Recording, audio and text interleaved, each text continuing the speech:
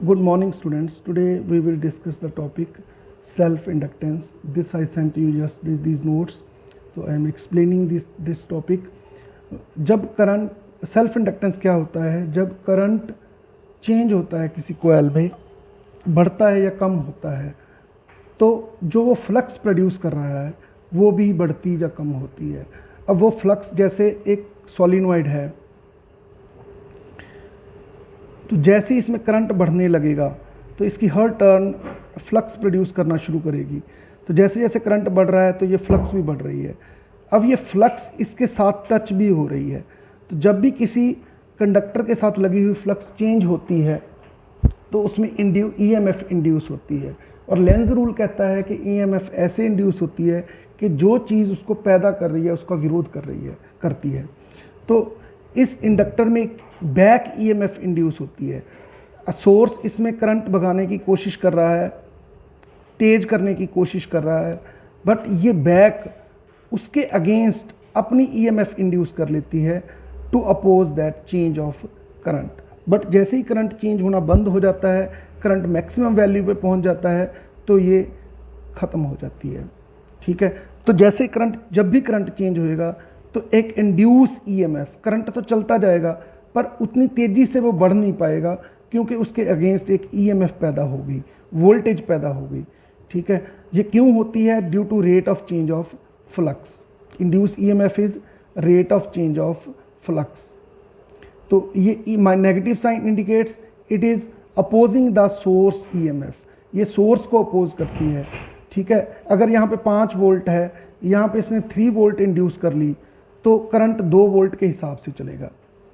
ठीक है। बट जैसे जैसे चेंज ऑफ करंट कम होता है तो induce change of flux change होती है, कम हो जाती है, तो वैसे वैसे ये वोल्टेज कम होती जाती है, इंड्यूस ईएमएफ कम होती जाती है। ठीक है। जब फ्लक्स मैक्सिमम हो जाती है तो ये इंड्यूस ईएमएफ, मतलब फ्लक्स मैक्सिमम होकर चेंज होना बंद हो जाती है तो ये इंड्यूस ईएमएफ 0 भी हो जाती है। तब करंट आसानी से चलता रहता है। ठीक है। तो जब जैसे ही करंट चेंज होगा, जस्ट लाइक इनर्शिया, अगर हम रेस्ट पे हैं, हमें मोशन में लाने की कोशिश की जाएगी, हम एकदम से विरोध करेंगे, पर जैसे ही मोशन में आ जाते हैं तो हमारा विरोध रुक जाता है, यूनिफॉर्म मोशन में आ जाते हैं। वैसे ही करंट अगर कांस्टेंट चलने लगता है तो इंड्यूस ईएमएफ 0 हो जाती है। जब तक करंट चेंज होता रहेगा ये उसको रोकती रहेगी। अगर बढ़ रहा है तो बढ़ने से रोकती रहेगी, कम हो रहा है तो कम होने से रोकती रहेगी। पर ये इंड्यूस ईएमएफ की वैल्यू क्या होती है, कितनी ईएमएफ इंड्यूस होती है, that measure is called self inductance. ठीक है। तो self inductance is the phenomena. जैसे फ्लक्स, अब हम उसका कारण भी जान गए हैं तो आगे हम उसको मैथमेटिकली पढ़ेंगे। फ्लक्स इज, को सोलिनॉइड ले लो, फ्लक्स इज, जो फ्लक्स वो प्रोड्यूस कर रही है that is proportional to current. ठीक है। तो flux is proportional to current. अगर करंट बढ़ेगा तो फ्लक्स बढ़ेगी, करंट कम होगा तो फ्लक्स कम होगी। तो flux is directly proportional to current and flux is equal to L I. L क्या होती है? दैट इज सेल्फ इंडक्टेंस, जो इस करंट को रोकती है चलने से, कम तेजी से बढ़ने देती है, धीरे धीरे बढ़ने देती है, बट एकदम से नहीं बढ़ने देती। ठीक है। कैसे, क्या करती है ऐसा? वो अपने अंदर एक बैक ईएमएफ इंड्यूस कर लेती है जो सोर्स की वोल्टेज के अपोजिट होती है। ठीक है। और तब तक करके रखती है जब तक वो करंट चेंज करने की कोशिश करता रहता है सोर्स। ठीक है। अगर करंट मैक्सिमम हो गया तो ये विरोध भी जो है वो रुक जाता है।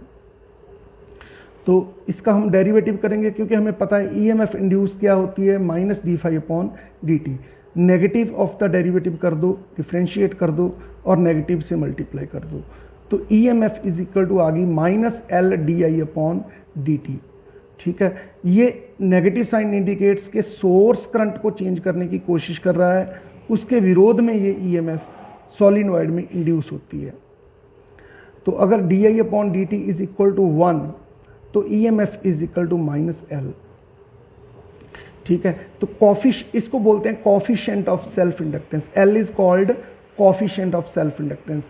तो इंड्यूस ईएमएफ जो सोलिनॉइड का विरोध होता है करंट को बढ़ने देने का या कम होने देने का, वो 2 चीज़ों पे डिपेंड करता है, एक कोफिशिएंट ऑफ सेल्फ इंडक्टेंस और एक चेंज इन करंट। जितना चेंज इन करंट ज़्यादा होगा इंड्यूस ईएमएफ उतनी ही ज़्यादा होगी, उतना ज़्यादा विरोध करेगा इंडक्टर।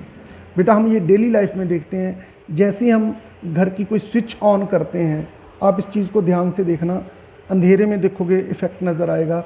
जैसे ही हम किसी स्विच को ऑन करते हैं उसमें एक स्पार्किंग होती है, that sparking is due to the back EMF induced. जैसे ही हमने करंट दौड़ाने की कोशिश की, वो उसके विरोध में हाई वोल्टेज उसने विरोध किया, पर जैसे ही करंट नॉर्मल अपनी मैक्सिमम वैल्यू पे आता है तो उसको कोई प्रॉब्लम नहीं होती, फिर वो करंट चलता रहता है। तो जब चेंज होगा तब प्रॉब्लम आती है। ठीक है, तो ये यूज़फुल भी है और ये हमारे लिए अनडिज़ायरेबल भी है एडी करंट्स की तरह। ठीक है, तो ई induced self induct coefficient of self inductance is defined as the induced EMF if unit current changes in unit time। ठीक है, तो ये था सेल्फ इंडक्टेंस, इसको आगे अगली वीडियो में पढ़ते हैं।